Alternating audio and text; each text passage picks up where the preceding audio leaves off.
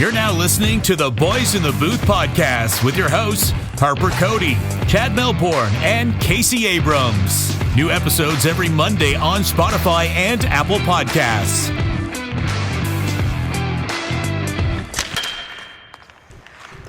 Hello and welcome to episode 136 of the Boys in the Booth podcast. This time, just myself, Chad Melbourne, joined by Casey Abrams. No Harper Cody this episode. Some unfortunate news we're not going to get into, but just without him for this week. He will be back next week.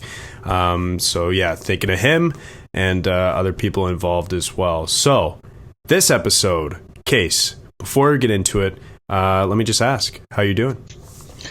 Well, Chad, I'd be doing a lot better if technology could keep up to the year we were in. It's the year 2022, and I'm getting dropped from calls nonstop. And we still don't have a bullet train from Montreal to Windsor. So what are we doing? What is wrong with us? Why don't we have a bullet train that goes there? It makes no sense. Everyone who's important that lives in Canada lives in this belt. Let's just, we'll forget about BC and Alberta, but just build the bullet train already and get me some 5 internet. Why do we not all still have this yet? It's 2022. We're supposed to have hover cars and shit. Yeah, 20 years ago. In the year 2000, we're going to be living on the moon. Man, I feel you. Not hover cars, bullet trains. Like I say this all the time. Like, it makes no sense that North Americans are so, crazy about not building sufficient transit. Like, it makes no sense. Like, it is too expensive and too long to travel in this province. Yeah, it is. And the province is big. So that's, I guess, why people just live in the bottom. But anyway, yeah, coming off a good weekend, as good as it can be for the boys. Nice meal. Posted that nice photo of us just looking completely dapper, if I do say so myself, on Instagram there. And so here we are, and we're talking about the 7 captain vacancies here in the NHL amongst the World Juniors that's going on right now. That's why we want to kind of finish up this episode in a relatively quick manner, because Canada plays in about a half hour, so we're looking forward to that. But switching gears, we're going to talk about the 7 captain vacancies, because there are still 7 teams in the NHL who have not named a captain, and it felt kind of relevant too, because the New York Rangers just recently named Jacob Trouba as their captain. So that was big news a little less than a week ago. Caught a couple people off guard with that one. Yeah, is that who you thought was going to be the captain? No, I think the consensus was Chris Kreider.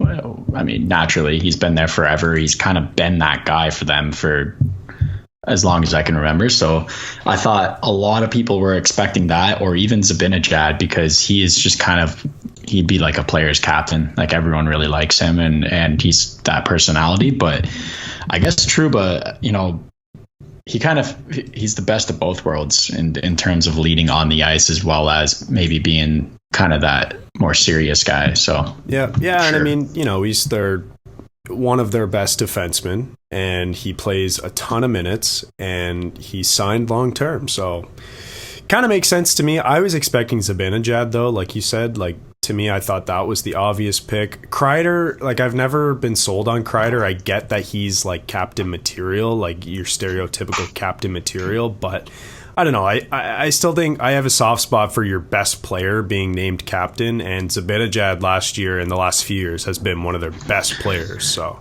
well, we are going to disagree on this topic often then. Okay. So this is what we're going to do. We're going to go through the 7 teams, a bit of a rapid fire, and we're going to just go in alphabetical order. So we'll start with the Anaheim Ducks. Huge shout out to SeatGeek for sponsoring the podcast. SeatGeek is a ticket app that takes all the confusion out of buying tickets. SeatGeek makes it extremely simple to buy tickets to all of your favorite sporting events, including Jays and Leafs games, and you can always find a great deal. On SeatGeek, all tickets are scored on a scale between 0 and 10, so you know if you're getting a good or a bad deal. Green is good and red is bad. Plus, Boys in the Booth listeners get $20 off their first ticket purchase on SeatGeek with the promo code Boys in the Booth in all caps. So click the link in the description to download the app, and remember to get your discounted tickets using the code Boys in the Booth in all caps. Get great seats for a fraction of the cost with SeatGeek. Summer is here, and you know what that means. Extreme sports like spikeball and road hockey have returned, and so is day drinking. The problem is we're not as young as we used to be, and these summer activities can be draining on our bodies. When you push your body hard or just feel run down, it's extremely important to stay hydrated. When you make hydration a priority, it helps you feel healthier on a day-to-day basis. Enter Liquid IV. Whether you're playing sports or nursing a hangover, Liquid IV has you covered. One stick of Liquid IV in 16 ounces of water hydrates faster and more efficiently than water alone. It contains 5 essential vitamins, B3, B5, B6, B12, and vitamin C, with 3 times the electrolytes of traditional sports drinks. It's made with premium ingredients, non-GMO, and free from gluten, dairy, and soy. The kicker? This stuff tastes good too, guys. Liquid IV has incredible hydration flavors like watermelon, strawberry, pina colada, and more, but my personal favorite is lemon lime.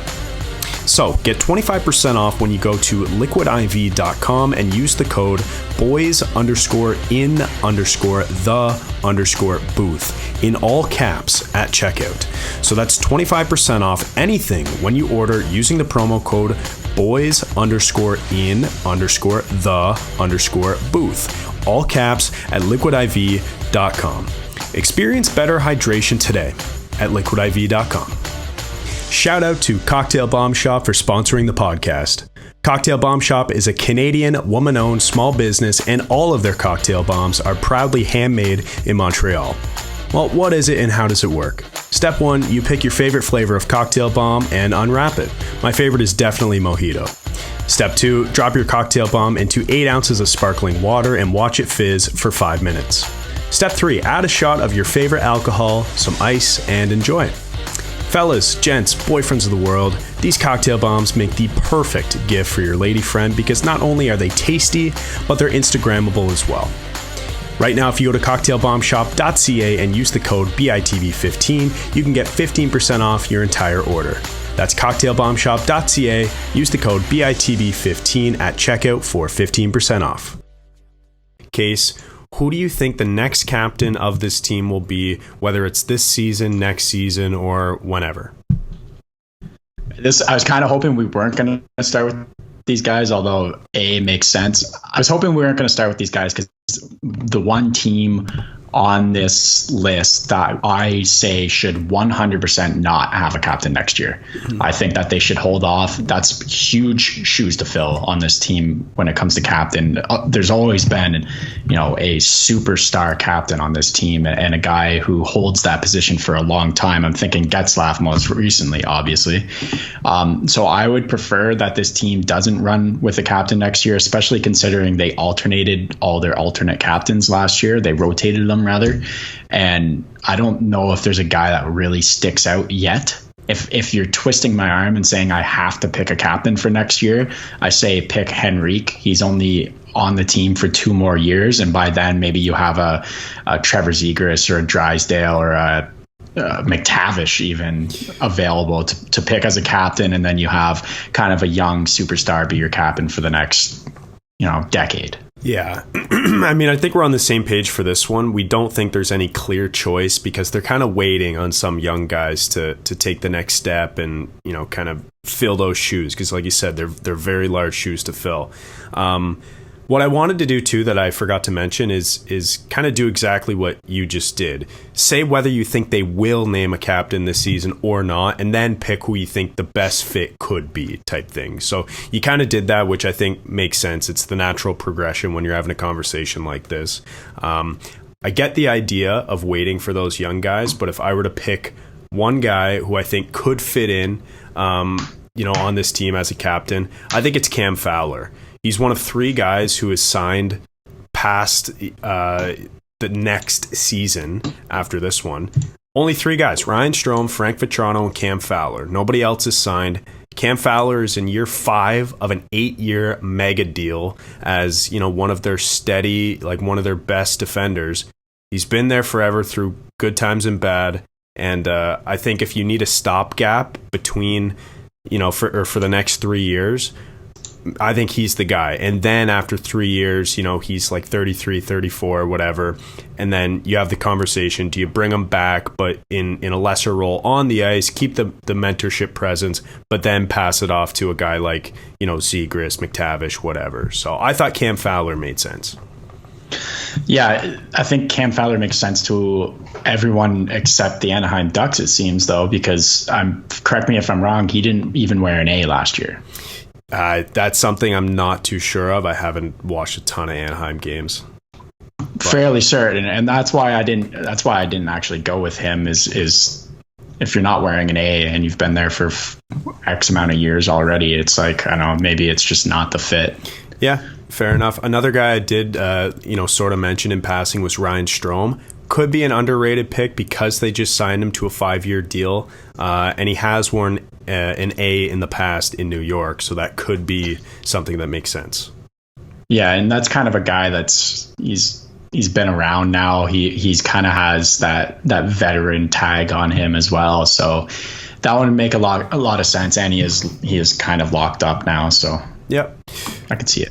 Okay, so that's Anaheim. Moving on now to the Arizona Coyotes. This is another team that I don't think will name a captain this season. But Case, if you had to pick one guy who you think would make a good captain on this team, who would it be? Currently, I have Chychrun as being the captain of this team, and actually as soon as next year.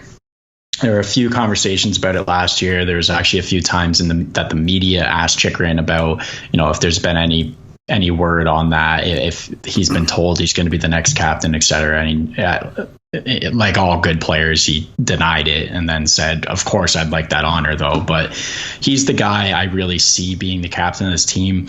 I don't think that I have there's no players like on the precipice of making this team that I would say wait to pick them. There's not any other guys really that stand out as a captain to me, like Schmaltz, I would have thought, but he didn't wear an A either. He still doesn't wear an A. And then like maybe Clayton Keller, because he's like kind of that, he's been the face the last couple of years, but I also just don't see him as a captain role. So I don't know. I guess Chychrun to me makes the most sense. He's already played 337 games for this team and he's only 24 years old. So I think he stands out to me. Yeah, I mean, as you know, you're very familiar with. The only problem with Chychrun is, what if they eventually do trade him? What if they, instead of, just sitting on the pot and doing nothing, what if they finally get it done and trade him? And, if he's got a C, that's just a bad look to name a guy captain and then flip him at the deadline or something. So that's the only problem that I see with him. But I do get the sense that, he is captain material. He's the kind of guy, he's your best defenseman. He's the kind of guy who makes sense to fit in to a captain role. But I just don't know when there's so much, uncertainty about where he's even going to play.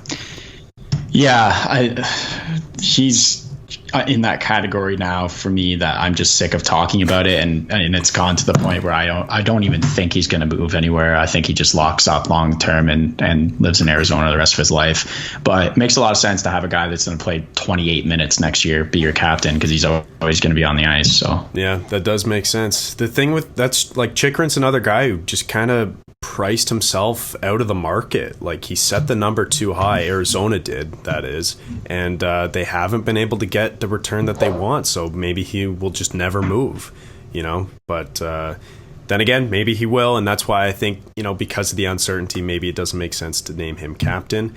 One guy who I did think of that you didn't mention was Lawson Krause. Only because Lawson Krause just signed for 5 years in Arizona, and I didn't know this about Lawson Krause, but in the media, he boasted about how much he loved playing in Arizona and wanted to stay in Arizona. So that just screams captain to me. The only thing is, I think there needs to be a connect between sort of the on ice play and the off ice leadership. Like, you can't be just a fourth liner and the captain of the team. Not saying Krause is just a fourth liner, but I think there are some better players on the team who, I don't know, might be more traditional captains. But on a team like Arizona, who's kind of waiting to draft a guy like Bedard or Michkov or whatever next year, like, it might make some sense to have Krause as sort of your stopgap for the next 3 to 4 years while he's on his contract. Mm-hmm. So I thought that made sense. And then, of course, if you're going for best player, it's probably Keller or Schmaltz or Chychrun on D. But and by the way, underratedly, like Nick Schmaltz, I think is an underrated player. I was comparing him and Keller's production over the last 3 years, just like before this, because I typed in like, oh, Keller's their best player, and then I'm like, hold on, like I think Schmaltz is pretty good too. They have identical point per game production last season and over their last 3 years. Not point per game, sorry, but points per game, not quite at a point per game, but you know what I mean. So they're actually identical in terms of their production, which I thought was kind of crazy. In their current situations, I would rather take on Schmaltz onto my team if we were trading for one of them, because I think that the market's going to have him cheaper. He's also got a better contract and, 2 years older, but he also plays center and he plays like a more of a two-way game. So it's like, I'd have Schmaltz than Keller, in my opinion. Yeah, and they're both good. I was just kind of shocked how it was so close.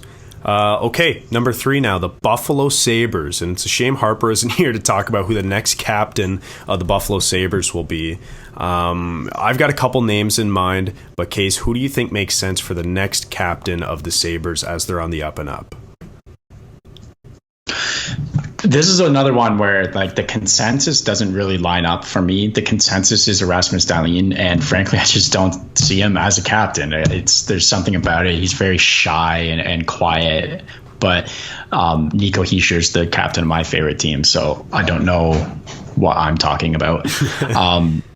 He's also just very shy and quiet, but that's what you see in the media. It's not necessarily what happens in the dressing room. So I'm a little more on the narrative of kind of the wild people saying that Alex Tuch should be the captain of this team. It's a place that he wants to be. And after his last season, he's kind of a player good enough to be a captain. So not that actually matters as much to me as it does to you, but I think Tux has that sandpaper quality that would be a good captain on a very young team for a few more years, Yeah. So I would like to see that. Yeah, I think that makes sense. And like, I just want to clarify too, like, I'm not a guy who says you have to give it to your best player. I just look around the league and it's like, that's kind of what you see, and if it's not your best player, then it's like one of your best players who is also an incredible leader. Like, I think there just has to be a connection between the two. I don't think it necessarily has to be your best player, but it kind of works out that way a lot of the time. And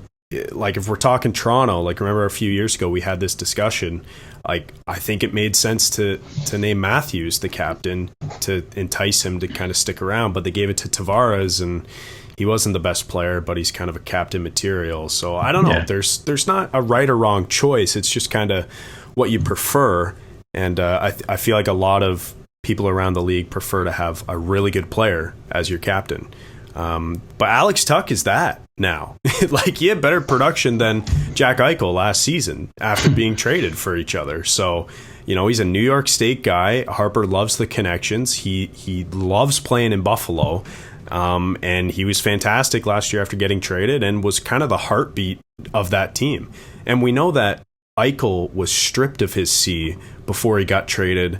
And Kevin Adams actually came out and said, like, we want the captain to be a guy who is the heartbeat of our team, who gets us going or whatever. And I'm kind of paraphrasing, but Eichel clearly wasn't that guy. And I think they look at Tuch and think maybe he is that guy. However, that being said, I personally do think Rasmus Dahlin makes a lot of sense to be named captain, because I don't think it's all about how vocal you are, kind of like you alluded to with a guy like Nico Hischier, who's a bit quieter and whatnot. And even another, talking about Dahlin, how about another Swedish guy who captained the Maple Leafs for like 10 years in Mats Sundin, who was also a bit quiet and shy in his demeanor. So I don't think it's really about that. I think it's about how you lead on the ice. And Dahlin is a guy who we know is nasty. He was a first overall pick, and for the most part has sort of lived up to that. Like, he's been really, really good and is getting better. And he also plays with a bit of an edge, which I think you need sometimes in a captain too. Like, he's not afraid to go out and hit guys and kind of show his emotions out there, even though he is a bit of a quieter guy. So I think giving the C to Dahlin would kind of solidify to your team that, okay, this is the group we have with all these young guys coming up. Dahlin was our first, and giving him a C would be a great bump for him. And I think, to me, that just makes sense, but I don't know if the organization sees it the same way. Yeah, again, it's another guy that I'm not sure that he wore an A last year, but so if we're gonna give Dahlin the C, I'm waiting another year or two.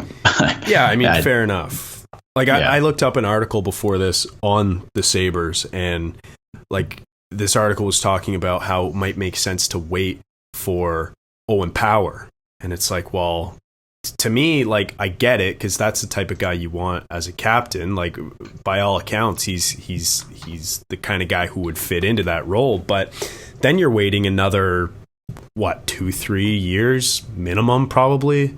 Like, defensemen take a bit longer. I know he's slotted in to play in the NHL next year, but I don't know, man. I think he'll be on the team, so yeah, he will. I don't know if you have to wait. I mean, you can Gabriel Landeskog this shit up now. I guess. Is he the same caliber as Landeskog, or like McDavid or Sid, who were the youngest captains before Landy? I don't know. Okay, that's Buffalo. Moving on to number 4 now, and we're flying through these. I'm loving it.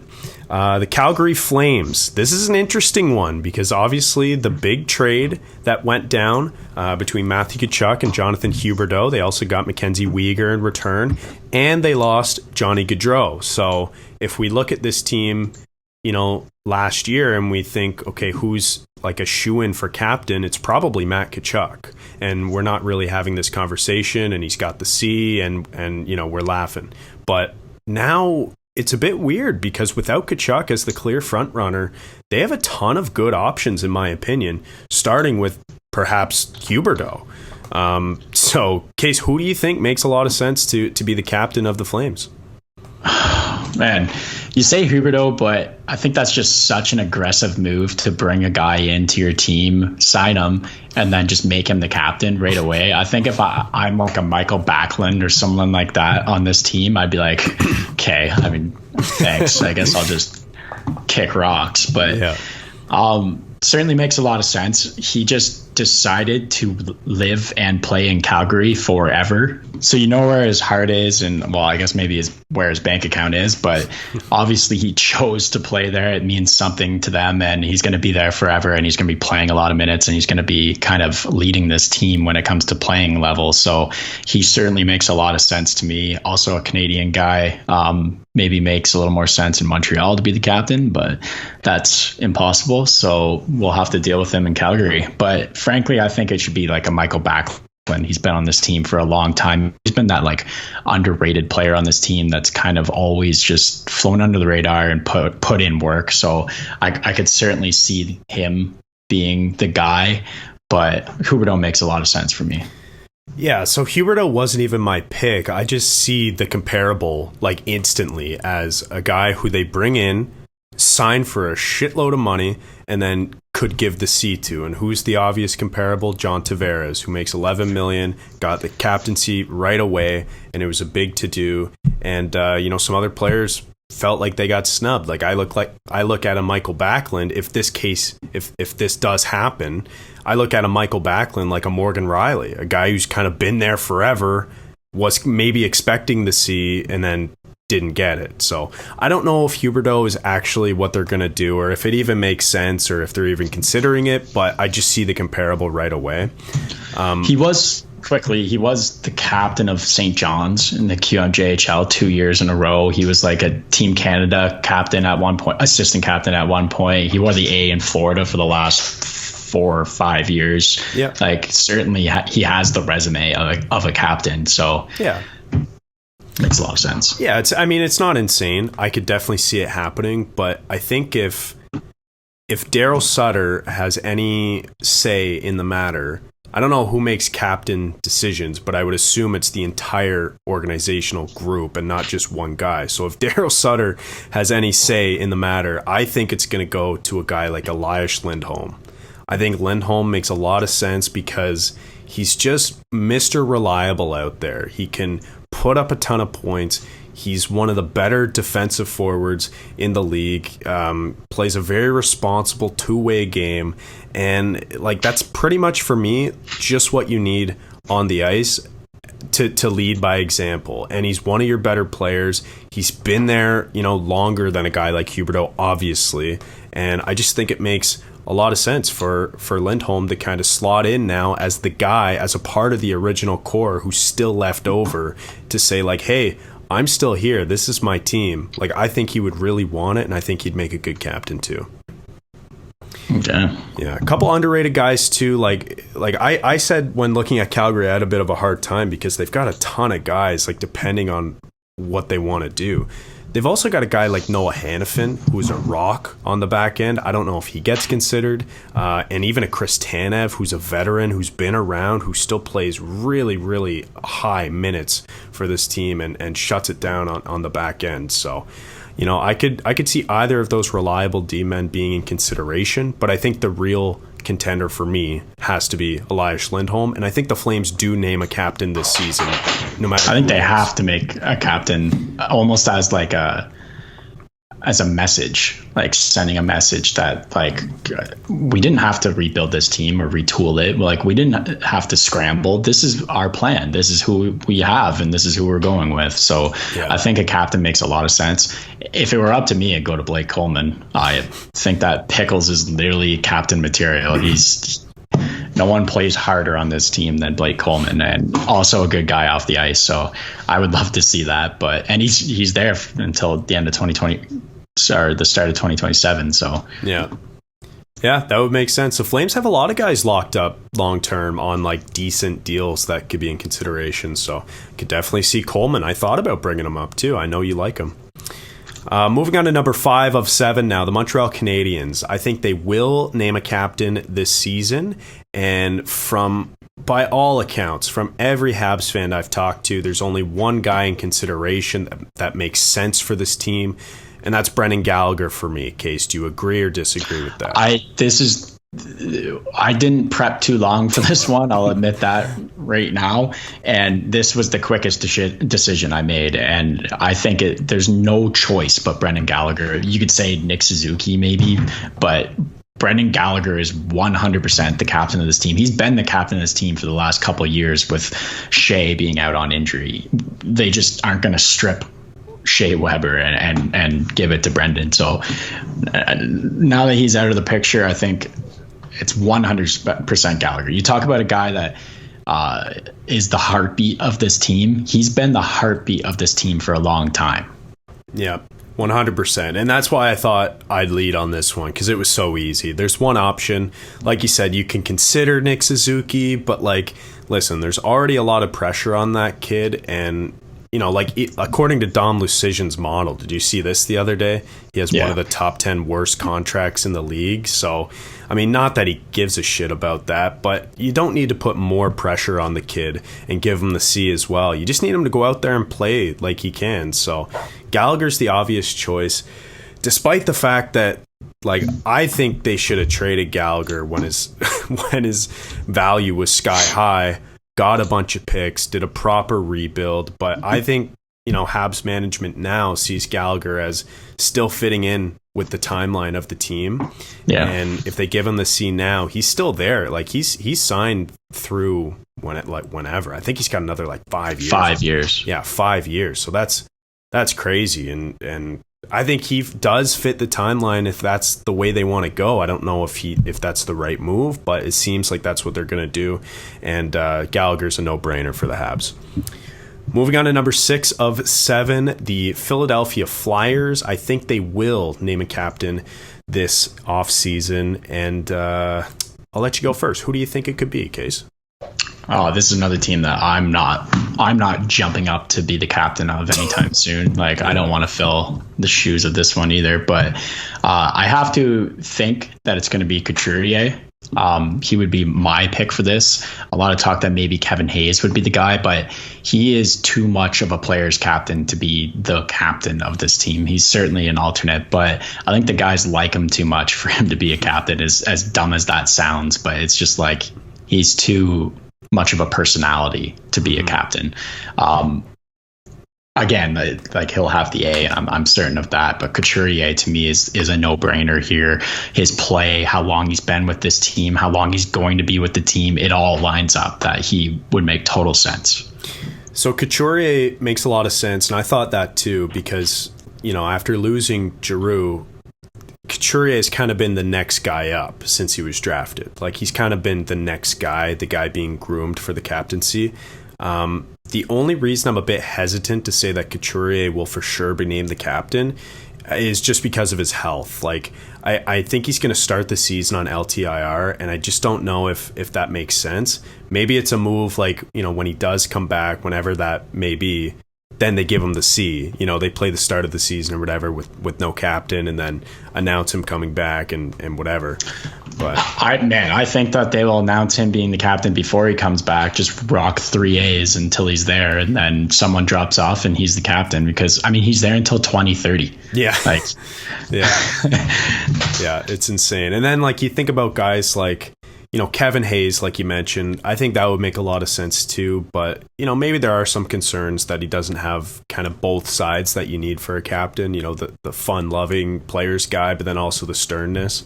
And then there's a Cam Atkinson who signed there long-term as well. Just got him from Columbus, last season. So there's that to consider. The thing is, though, if they're sellers at the deadline, I don't know exactly who's safe, but we can guarantee that Couturier is and Hayes is. So I think it's between those two guys, really. But then you can't say the same for JVR, even Fabry and TK, Travis Konechny. Who knows? If they sell at the deadline, any of those guys could be gone. And I don't know, Chad. Trading those guys sounds like a lot of work. Yeah, really. The Chuck Fletcher quote. God.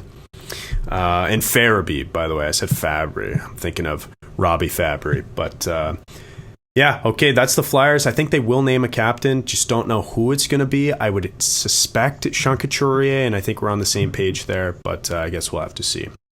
Moving on to the last team now without a captain currently in the NHL, and that's the Seattle Kraken. Personally, I don't think they will name a captain this season, but there are a few names that would make sense. Case, who do you think could be the next captain of the Seattle Kraken?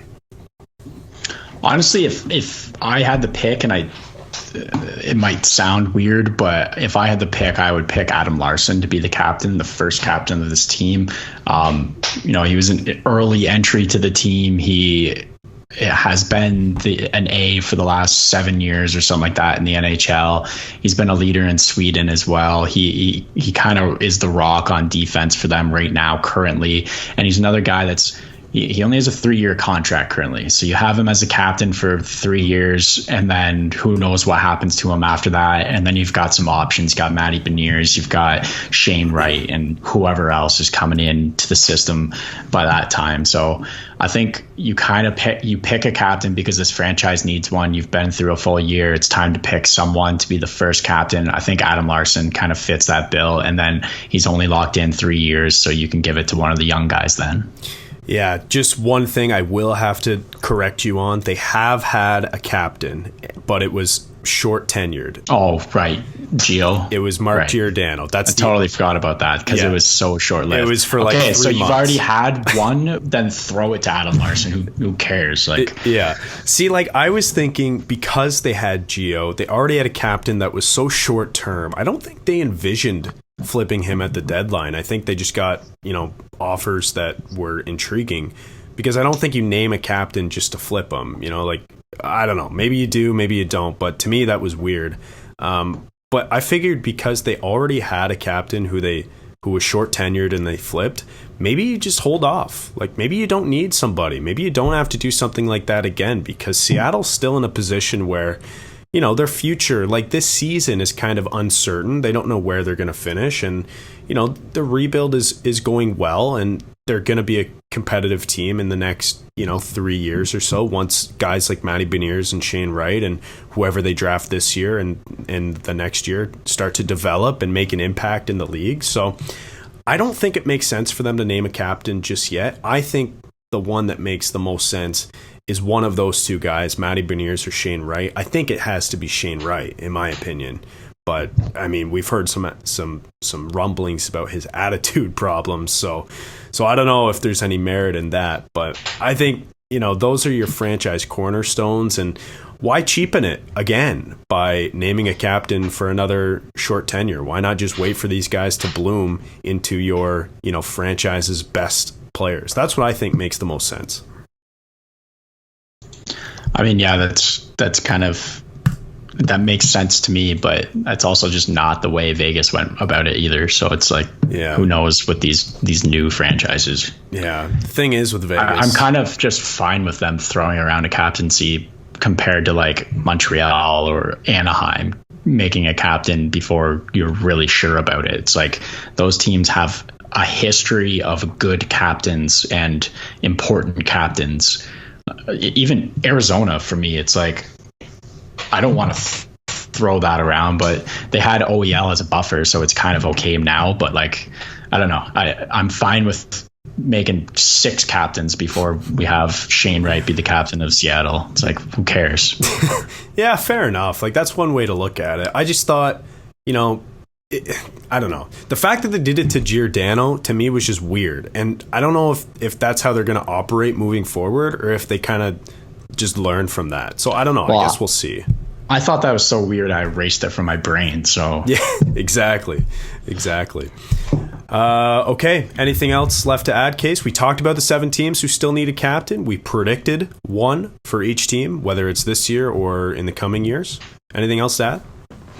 World Juniors have been actually surprisingly fun to watch from home. No one's watching them in person, but there's been some good games. There's been some upsets. Latvia's looked better than they've ever looked, in my opinion. They kind of scared Canada. They scared Slovakia, brought them to the shootout, and then beat Czechia. Like that's amazing for those guys. So you always love to see an underdog doing well. And then a lot of our players to watch have really stepped up, and that makes me feel good. Obviously, McTavish is a man amongst boys in this tournament currently. Luke Hughes is kind of playing the same for USA right now. Fabien Lysell is a filthy man. The things he's doing so far. So there's been a lot of 8 points in 3 games. Yeah, Bordelo's look good too. Like, it's just listen to us when we say watch a guy, watch them.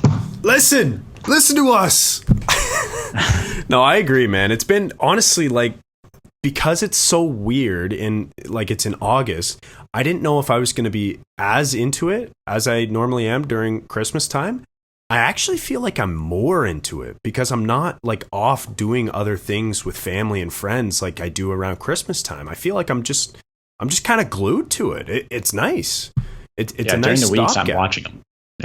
Yeah, it's a nice stopgap between, the off season that's already gotten boring and the NHL that's not starting till October like normal. So, yeah, it's been super nice. And, speaking of the World Juniors, Canada probably just dropped the puck. It's 6:07, so we should go do that, Case. Thank you, everybody, for listening to episode 136 of the Boys in the Booth podcast, and we'll talk to you next week. This has been another episode of Boys in the Booth with Harper Cody, Chad Melbourne, and Casey Abrams. New episodes every Monday on Spotify and Apple Podcasts. Connect with the Boys in the Booth on Instagram, Facebook, and YouTube at Boys in the Booth. Visit boysinthebooth.com for show details, and don't forget, you can become a patron of the podcast for just $1 a month at www.patreon.com/boysinthebooth.